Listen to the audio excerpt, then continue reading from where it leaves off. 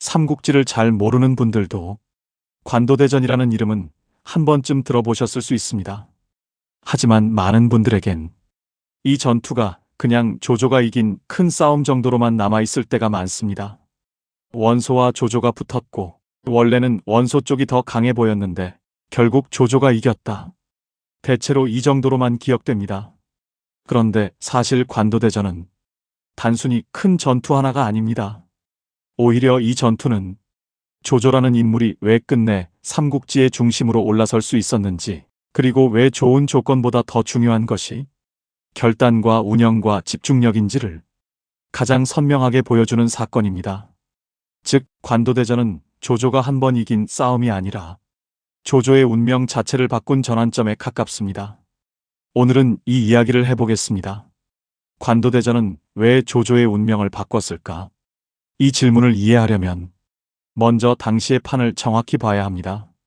관도대전 전까지만 해도 겉으로는 원소가 훨씬 유리해 보였습니다. 이건 과장이 아닙니다. 원소는 명문가 출신이었고 명분도 있었고 사람도 많았고 영토도 넓었고 북방에 큰 세력을 쥐고 있었습니다. 누가 봐도 원소 쪽이 더 큰 판을 가진 사람처럼 보였습니다. 반면 조조는 강한 인물이긴 했지만 여전히 원소에 비해 열세처럼 보이는 면이 있었습니다. 세력의 크기도 더 작았고 병력도 적었고 한 번 크게 밀리면 회복하기 어려운 위치에 있었습니다. 즉, 이 전투는 겉으로만 보면 큰 사람이 작은 사람을 누르는 싸움처럼 보였습니다.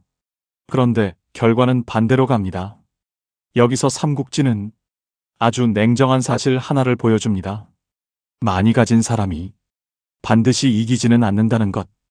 오히려 많이 가진 사람일수록 그 많은 것을 하나로 묶지 못하면 질 수 있고, 적게 가진 사람일수록 그 적은 것을 더 정교하게 쓰면 이길 수 있다는 것. 관도대전은 바로 그걸 보여줍니다. 첫 번째 이유는 이 전투가 조조의 결단력을 증명한 싸움이었기 때문입니다. 리더는 평소엔 다 그럴듯해 보일 수 있습니다. 말도 잘하고 사람도 모으고 세력도 넓히고 계산도 할 수 있습니다. 하지만 진짜 리더십은 불리한 순간에 드러납니다. 위기가 왔을 때 누가 더 빨리 본질을 보고 누가 더 빨리 우선순위를 정하고 누가 더 정확하게 무게 중심을 잡느냐가 중요합니다. 조조는 바로 여기서 강했습니다. 관도대전은 조조에게 단순한 공격 기회가 아니었습니다. 오히려 버텨야 하는 전쟁이었습니다. 상대는 더 컸고 환경은 더 불안했고 조금만 흔들리면 내부까지 무너질 수 있는 전쟁이었습니다. 그런데 조조는 이 전쟁을 피하지 않습니다. 여기서 중요한 건 무모하게 달려든 게 아니라는 점입니다.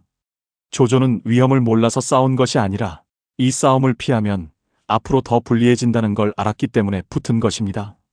즉, 그는 겁이 없어서 붙은 게 아니라 언제 싸워야 하는지 아는 사람이었습니다. 이게 굉장히 큰 차이입니다.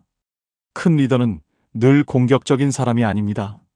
싸워야 할 타이밍과 피해야 할 타이밍을 구분할 줄 아는 사람입니다. 조조는 관도에서 지금 안 붙으면 더 위험하다는 걸 읽었습니다. 그래서 붙었고 그게 운명을 바꿉니다. 두 번째 이유는 관도대전이 조조의 집중력을 증명한 싸움이었기 때문입니다. 큰 세력이 항상 약한 이유가 하나 있습니다. 크면 복잡해집니다. 사람도 많고 의견도 많고 지켜야 할 것도 많고 체면도 많아집니다. 그러면 전쟁에서 무엇이 중요해질까요? 선택과 집중이 어려워집니다. 원소가 딱 그랬습니다. 겉으로는 강했지만 그 큰 세력을 한 점으로 압축해 밀어붙이는 힘이 약했습니다. 조조는 반대였습니다. 적었기 때문에 오히려 더 정확했습니다. 버려야 할 것과 지켜야 할 것, 지금 참아야 할 것과 지금 찔러야 할 것을 비교적 분명하게 봤습니다. 이건 조직에서도 똑같습니다. 큰 회사가 늘 빠른 건 아닙니다. 사람이 많고 자원이 많아도 무거워서 느릴 수 있습니다. 반면 작은 조직은 적기 때문에 오히려 빠르게 움직일 수 있습니다. 관도대전에서 조조는 자기 작은 세력을 훨씬 더 날카롭게 썼습니다. 즉, 병력이 적은 게 약점이었지만 동시에 집중력이 강해지는 장점이 되기도 했습니다. 세 번째 이유는 이 전투가 원소의 약점을 너무 선명하게 드러낸 싸움이었기 때문입니다. 사실 관도대전은 조조가 강해서만 이긴 전쟁이 아닙니다. 동시에 원소가 왜 끝까지 큰 승자가 될 수 없는지도 분명하게 드러낸 전쟁입니다. 원소는 분명 조건이 좋았습니다. 그런데 문제는 조건을 운영하는 힘이 약했다는 점입니다. 그는 사람도 많았고 참모도 많았고 세력도 컸습니다. 하지만 그 많은 것을 하나의 결단으로 묶는 데 약했습니다. 주변 의견은 많고 판단은 늦고 기회는 지나가고 결국 큰 세력이 제 힘을 다 쓰지 못합니다. 이건 치명적입니다. 전쟁은 숫자의 문제가 아니라 흐름의 문제이기도 하기 때문입니다. 아무리 병력이 많아도 그 병력이 하나의 리듬으로 움직이지 못하면 실제 힘은 줄어듭니다. 반면 병력이 적어도 리더가 정확하게 결단하고 조직이 한 방향으로 움직이면 훨씬 무섭습니다. 관도대전에서 조조는 그런 쪽이었고 원소는 반대였습니다. 즉, 이 전투는 조조의 장점과 원소의 약점이 동시에 드러난 전쟁이었습니다. 네 번째 이유는 관도대전이 전쟁의 본질이 단순한 정면 충돌이 아니라 운영과 보급과 정보의 싸움이라는 걸 보여줬기 때문입니다. 삼국지를 잘 모르는 분들은 큰 전투라고 하면 장수들이 맞붙고 병사들이 몰아치고 칼과 창으로 승부가 나는 장면을 먼저 떠올릴 수 있습니다. 물론 그런 장면도 중요합니다. 하지만 큰 전쟁일수록 진짜 승부는 보이지 않는 곳에서 갈립니다. 누가 더 오래 버티는가, 누가 보급을 지키는가, 누가 상대의 약한 지점을 먼저 읽는가, 누가 정보와 타이밍을 더 정확하게 쓰는가. 관도대전은 바로 그런 전쟁입니다. 그리고 이 전쟁에서 조조는 자기보다 큰 상대를 힘으로 누르기보다 상대가 무너지게 되는 지점을 정확히 노립니다. 이게 조조의 무서운 점입니다. 그는 무조건 정면만 보지 않습니다. 상대가 어디서 약해지는지, 어디가 흔들리면 전체가 무너지는지 그걸 찾습니다. 그리고 한번 찾으면 거기에 자기 힘을 집중합니다. 이런 사람은 큰 전쟁에서 강합니다. 왜냐하면 전쟁은 언제나 전체를 다 이길 필요가 없기 때문입니다. 핵심 한 곳이 무너지면 전체가 흔들리는 순간이 있습니다. 조조는 그걸 볼 줄 아는 사람이었습니다. 다섯 번째 이유는 관도대전이 조조의 자기 통제 능력을 증명한 싸움이었기 때문입니다. 불리한 전쟁에서 가장 쉬운 실수는 조급해지는 것입니다. 지금 빨리 뒤집어야 할 것 같고, 지금 크게 한 방을 쳐야 할 것 같고, 지금 당장 결과를 만들어야 할 것 같아집니다. 이때 리더가 흔들리면 조직 전체가 흔들립니다. 조조는 관도에서 쉽게 무너지지 않습니다. 그는 불리한 상황을 모르지 않았지만 그 불리함 때문에 감정적으로 폭주하지 않았습니다. 오히려 더 버티고, 더 참고, 더 정확한 순간을 기다립니다. 이건 굉장히 어렵습니다. 특히 자기 쪽이 더 약할 때는 더 조급해지기 쉽습니다. 그런데 조조는 그 압박 속에서도 자기 리듬을 잃지 않았습니다. 이건 단순한 용기가 아닙니다. 운영 능력이고 정신력이고 리더의 중심입니다. 결국 큰 싸움은 누가 더 흥분하느냐가 아니라 누가 끝까지 중심을 잃지 않느냐로 갈리는 경우가 많습니다. 관도대전의 조조가 바로 그렇습니다. 여섯 번째 이유는 이 승리가 조조에게 단순한 군사적 승리를 넘는 정치적 효과를 줬기 때문입니다. 이건 정말 중요합니다. 관도대전 전의 조조는 강한 인물 중 하나였습니다. 하지만 관도대전 이후의 조조는 결국 이 사람이 올라가겠구나라는 분위기를 만들기 시작합니다. 왜냐하면 사람들은 큰 세력과 싸워 이긴 사람에게 단순한 전투력 이상의 의미를 부여하기 때문입니다. 이긴다는 건 단순히 병력을 꺾는 것만이 아닙니다. 세상이 그 사람을 다르게 보기 시작합니다.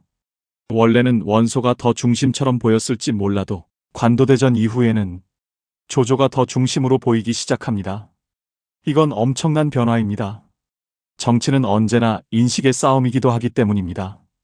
누가 더 가능성이 큰가? 누가 더 오래 갈 것 같은가? 누가 더 미래가 있는가? 관도대전은 이 질문에 대해 많은 사람들에게 조조다라는 답을 주기 시작한 사건입니다. 즉, 이 승리는 군사적 승리이면서 동시에 이미지의 승리, 정통성의 승리, 미래의 승리이기도 했습니다. 7번째 이유는 이 전투 이후 조조가 북방의 판을 본격적으로 장악할 수 있게 되었기 때문입니다. 관도대전은 끝이 아니라 시작이었습니다. 이 전투 하나로 모든 게 바로 끝난 건 아닙니다. 하지만 이 싸움 이후 원소 진영은 흔들리기 시작하고 조조는 점점 더 큰 판을 자기 쪽으로 끌어옵니다. 이게 중요합니다. 진짜 큰 승리는 그 자리에서 끝나는 승리가 아니라 그 다음 흐름까지 바꾸는 승리입니다. 관도대전이 바로 그런 승리였습니다. 이 전투 전에는 조조가 강하긴 해도 아직 넘어야 할 산이 큰 인물처럼 보였다면 이 전투 후에는 조조가 그 산을 넘기 시작한 인물처럼 보입니다. 즉, 관도대전은 조조의 인생에서 버텨야 하는 사람에서 판을 가져가는 사람으로 넘어가는 문턱입니다. 그래서 운명을 바꿨다고 할 수 있습니다. 8번째 이유는 이 전투가 삼국지 전체의 흐름을 바꿨기 때문입니다. 만약 원소가 여기서 이겼다면 삼국지는 전혀 다른 방향으로 갔을 수 있습니다. 조조는 크게 흔들렸을 것이고 북방의 질서는 다른 형태로 재편됐을 것이고 이후에 위나라 중심 구조도 달라졌을 가능성이 큽니다. 그런데 조조가 이깁니다. 그러면서 북방을 장악할 기반이 생기고 나중에 위나라로 이어질 구조가 더 선명해집니다. 즉, 관도대전은 조조 개인의 승리를 넘어서 삼국지의 큰 판도 자체를 바꾸는 분기점이 됩니다. 이 말은 곧 조조의 운명뿐 아니라 삼국지 전체의 운명도 여기서 크게 방향이 바뀌었다는 뜻입니다. 이건 대단한 전투입니다. 단순히 한 번 이긴 전쟁이 아니라 이후의 질서까지 바꾸는 싸움. 그래서 관도대전은 삼국지에서 반드시 기억해야 할 전환점입니다. 9번째 이유는 관도대전이 좋은 조건보다 좋은 운영이 더 중요하다는 걸 보여주기 때문입니다. 이건 삼국지의 중요한 교훈 가운데 하나입니다. 원소는 좋은 조건을 더 많이 가졌습니다. 조조는 더 적게 가졌습니다. 그런데도 조조가 이깁니다. 왜냐하면 조건은 갖고 있는 것이고 운영은 살아 움직이는 것이기 때문입니다. 가진 게 많아도 흐름을 못 잡으면 지고 가진 게 적어도 흐름을 잡으면 이길 수 있습니다. 관도대전은 바로 이걸 보여줍니다. 사람은 흔히 크면 이긴다고 생각합니다. 많으면 이긴다고 생각합니다. 유리하면 결국 된다고 생각합니다. 하지만 큰 판에서는 누가 더 정확하게 버티고 누가 더 핵심을 보고 누가 더 결단하고 누가 더 조직을 한 방향으로 움직이느냐가 훨씬 중요합니다. 조조는 그걸 했고 원소는 거기서 밀렸습니다. 그래서 이 전투는 단순한 군사사의 한 장면이 아니라 리더십의 교과서 같은 장면이기도 합니다. 결국 관도대전은 왜 조조의 운명을 바꿨을까요? 이제 한 문장으로 정리할 수 있습니다. 조조는 이 전투에서 자기보다 더 큰 세력을 상대로 결단과 집중과 운영으로 승리했고 그 승리를 통해 단순한 강자를 넘어 북방의 중심이자 미래의 승자로 보이기 시작했기 때문입니다. 즉, 관도대전은 조조가 한번 크게 이긴 싸움이 아니라 조조라는 인물이 왜 끝내 시대의 중심으로 올라설 수밖에 없었는지를 증명한 싸움입니다. 그래서 운명을 바꿨습니다. 이 전투 전의 조조와 이 전투 후의 조조는 다릅니다. 전에는 가능성 있는 강자였다면 그 후에는 판을 가져갈 사람처럼 보이기 시작합니다. 그리고 바로 그 변화가 삼국지 전체를 움직입니다. 오늘 이야기를 한 줄로 정리하면 이렇습니다. 관도대전은 조조가 더 큰 세력을 상대로 정확한 결단과 집중력, 운영 능력으로 승리함으로써 단순한 강자를 넘어 시대의 중심으로 올라서는 운명의 전환점이 된 전투였습니다.